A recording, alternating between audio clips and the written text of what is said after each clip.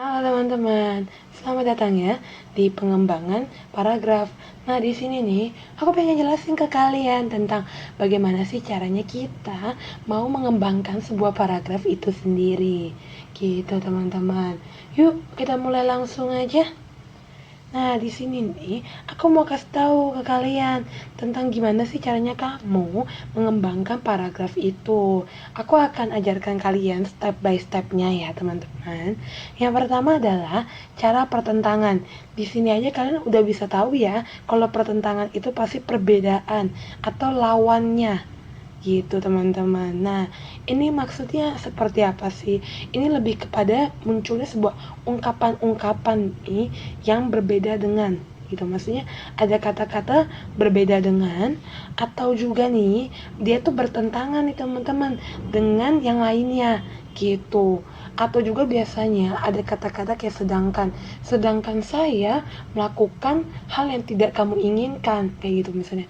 Kamu menyukai apa yang saya lakukan, sedangkan saya tidak menyukai apa yang saya lakukan. Gitu contohnya teman-teman. Terus juga ada kata-kata lagi nih, lain halnya dengan. Tuh, jadi kata-katanya ada sering banget muncul dengan kata berbeda, bertentangan dengan, sedangkan, lain halnya dengan. Nah, ada juga nih, akan tetapi nih, aku nggak suka deh kamu melakukan hal itu. Akan tetapi, ada kata-kata ini, akan tetapi, atau juga bisa bertolak belakang dari. Ternyata kata-kata kamu itu bertolak belakang ya dengan apa yang kamu lakukan. Nah, ini adalah cara pertentangan dalam sebuah pengembangan paragraf itu sendiri, teman-teman. Lalu yang kedua adalah cara perbandingan nih. Berarti ini lebih kepada membandingkan satu dengan yang lainnya dong. Gitu teman-teman. Nah, ini gimana sih? Ini lebih kepada ungkapan-ungkapan yang serupa, membandingkan. Oke, serupa dengan atau enggak seperti halnya, atau juga demikian juga dengan kamu ya, kamu sudah hebat sekali, kayak gitu misalnya. Sama dengan aku, sejalan dengan, sama dan sejalan itu kurang lebih mirip banget ya teman-teman. Artinya akan tetapi, sedangkan, dan sementara itu, gitu teman-teman. Jadi sedangkan itu bisa jadi sebuah perbandingan atau juga bisa menjadi sebuah pertentangan itu sendiri. Gitu teman-teman. Nah, selanjutnya ada cara analoginya. Cara analogi ini berarti lagi lebih kepada menelaah gitu kan. Jadi dia itu adalah lebih kepada pengungkapan suatu objek itu. Dijelaskan dengan objek yang punya kesamaan atau memiliki kesamaan dengan objek sebelumnya yang aku tadi sebutin.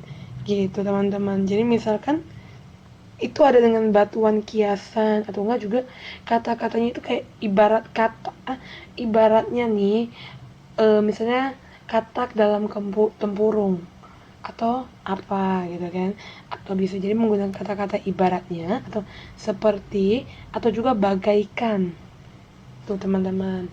Lalu lanjut ya, yang kedua adalah cara contoh-contoh. Ini lebih kepada kayak mereka tuh memberikan contoh-contohnya, jadi mungkin lebih bisa memahami dan memaknainya lagi.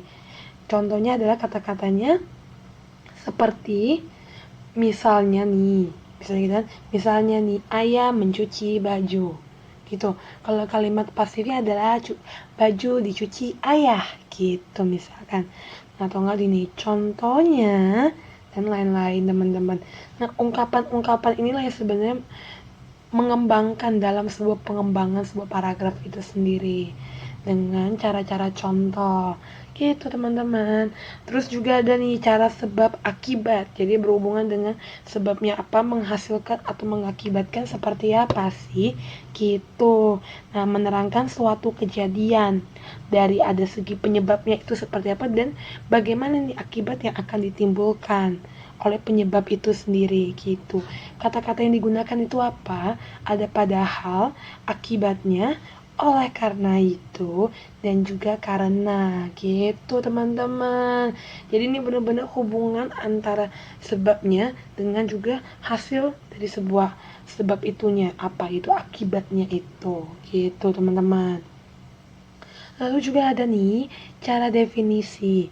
Ini lebih kepada tentang kata-kata yang kamu gunakan untuk mengembangkan secara definition atau definisi. Nah, kata yang dimaksud seperti apa sih? Maksudnya adalah sesuatu yang bisa mendefinisikan nih teman-teman dengan kata-kata benda. Yaitu kayak misalnya digunakan untuk definisin kata sifat atau juga kata kerja nih. Gitu. Jadi ini lebih kepada artinya tuh apa sih gitu, itu lebih menjelaskan tentang itu teman-teman kalau cara definisi gitu. Nih bisa mendefinisikan pengertian rupa atau juga wujud loh. Selanjutnya adalah cara klasifikasi. Berarti kalau klasifikasi itu adalah mengelompokkan ya teman-teman. Ini adalah berdasarkan apa sih yang dikelompokkan? Yang dikelompokkan adalah ciri-ciri tertentu itu sendiri. Nah, kata-kata atau ungkapan itu tuh yaitu adalah misalnya dibagi menjadi, habis itu juga ada digolongkan menjadi, jadi kayak lebih ke arah mengkelompokkan kali ya teman-teman ya. Atau juga nih bisa terbagi menjadi dan mengklasifikasikan atau mengkelompokkan gitu. Nah, inilah ada contoh-contoh mengenai pengembangan paragraf itu sendiri, teman-teman. Yang pertama adalah pengembangan alamiah. Nah, ini pasti tentu secara alamiah, teman-teman. Jadi penulis itu sebenarnya punya dua pola. Yang pertama itu lebih kepada pola spesial atau urutan ruang, dan yang kedua adalah kronologisnya atau sesuai dengan urutan waktunya. Nah, selanjutnya adalah pengembangan klimaks dan anti klimaks. Di sini adalah lebih penampilan gagasan utama teman-teman, lebih rinci. Gitu kan. Ada dari kedudukannya dari paling rendah sampai ke kedudukan paling tingginya. Jadi ada mulai dari anti klimaksnya sampai ke klimaksnya atau juga bisa kebalikannya.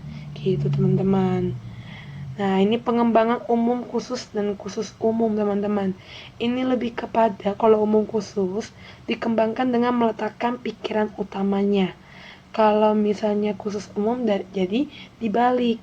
Jadi umumnya mula-mula tuh dikembangkan rincian-rincian dulu. Baru akhirnya akhir paragraf adalah generalisasinya gitu. Nah, teman-teman, terima kasih banyak ya karena kalian telah mendengarkan presentasi saya hari ini. Semoga dapat bermanfaat bagi kalian semua.